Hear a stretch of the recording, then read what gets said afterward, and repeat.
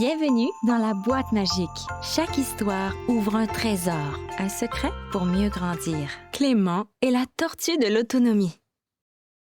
Ce matin-là, Clément se réveilla en retard. Le réveil sonnait très fort.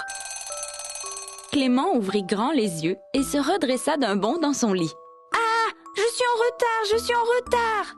cria-t-il, le cœur qui battait à toute vitesse. « Je dois m'habiller, vite, vite, vite !» cria-t-il en bondissant de son lit. Il tenta d'abord d'enfiler un t-shirt, mais la tête ne trouvait pas le bon trou. Il ressemblait à un petit monstre. « Grrr, je n'ai pas le temps pour ça !» grogna Clément en secouant son t-shirt. C'est alors qu'un petit se fit entendre sur la table de nuit. La boîte magique venait d'apparaître. Elle scintillait. Le couvercle s'ouvrit tout doucement et une toute petite tortue en sortit en bâillant. « Bonjour, je suis Torti, la tortue de l'autonomie. Je suis là pour t'aider à trouver ton rythme, dit-elle. »« Je n'ai pas le temps, je vais être en retard pour l'école !» protesta Clément. Clément se précipita dans la salle de bain pour se libérer du t-shirt coincé. Torti le suivit en trottinant. « Alors, on va jouer au jeu du ralenti, » répondit Torti. « On choisit d'abord une mission et on l'accomplit étape par étape, sans se presser.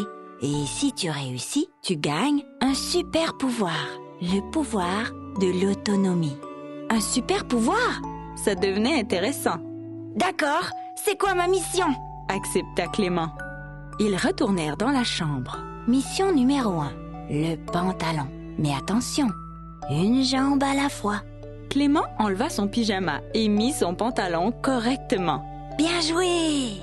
applaudit Torti. Dans le couloir, Torti annonça « Étape suivante, le t-shirt. »« Ah ça, je sais faire !» répondit Clément, sûr de lui. Cette fois, Clément prit son temps.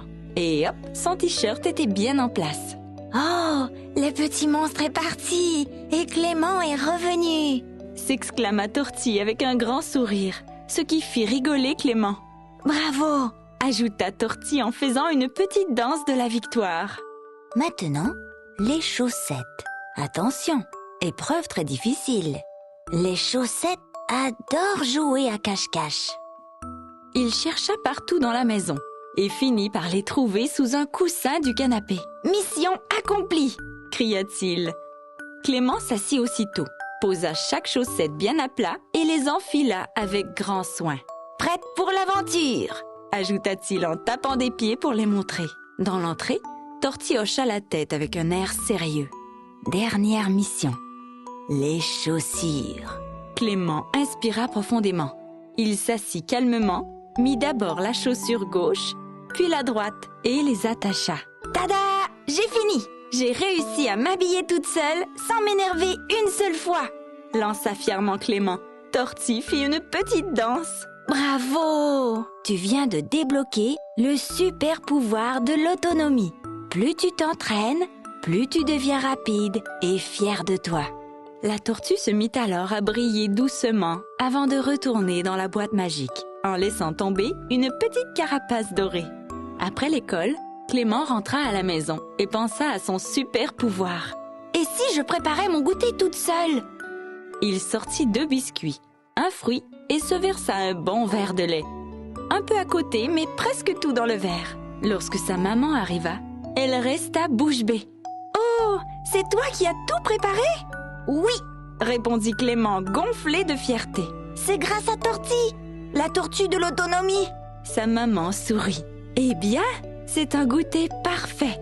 Tu deviens un grand, mon Clément. » Clément croqua dans son biscuit avec un grand sourire. Son goûter avait un goût spécial, le goût de la fierté. Le soir venu, Clément caressa la petite carapace brillante avant de se coucher. Il se dit que, finalement, prendre son temps était plutôt amusant et que chaque chose faite tout seul était une petite victoire. Avant de s'endormir, il chuchota « Merci, Torti. Demain, je parie que je peux préparer mon petit déjeuner toute seule. » La petite carapace sembla briller doucement dans le noir, comme pour dire « Pas à pas, Clément, pas à pas. » Merci d'avoir écouté la nouvelle histoire de la boîte magique. Si tu as aimé cette histoire, pense à t'abonner à la chaîne et à cliquer sur le petit pouce pour nous encourager à créer plein de petites merveilles. À bientôt!